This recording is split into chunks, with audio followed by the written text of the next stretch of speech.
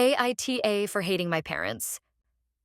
I'm 15 years old, and though I'm young, I've come to realize that my mother has a strong negative attitude towards me.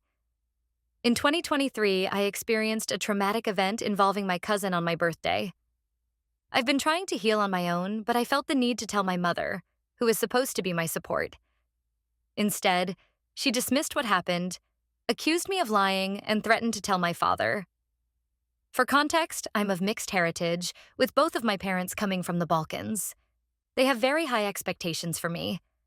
As a girl, I'm expected to take on traditional roles, including managing the household and caring for my younger brothers.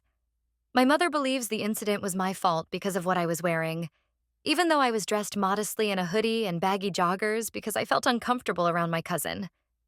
She frequently invites him over, knowing it makes me very uncomfortable and upset. Last summer, she confronted him, but he denied any wrongdoing, which led to an argument where she took his side. It hurts deeply that my mother seems indifferent to my well-being. Just recently, I asked her for food, and she yelled at me, despite there being nothing to eat in the fridge and me not having eaten since the previous morning. The constant demands to care for my brothers have isolated me from my friends, and I'm not allowed to go out. Meanwhile, my mother spends her days in bed watching TV. My father is always busy with his restaurant and isn't home often, which leaves my mother with the chance to mistreat me. She has physically and emotionally hurt me, and it has reached a point where I've felt so overwhelmed that I've even considered self-harm because I feel so alone. The trauma and abuse have made me feel like I'm losing myself. I wanted to express my frustration, as I have few friends and can't talk to anyone at school for fear they might get my parents in trouble. I don't engage in risky behaviors or try to rebel, yet I'm still restricted and feel envious of other girls who have more freedom. I feel like my background limits my opportunities compared to others.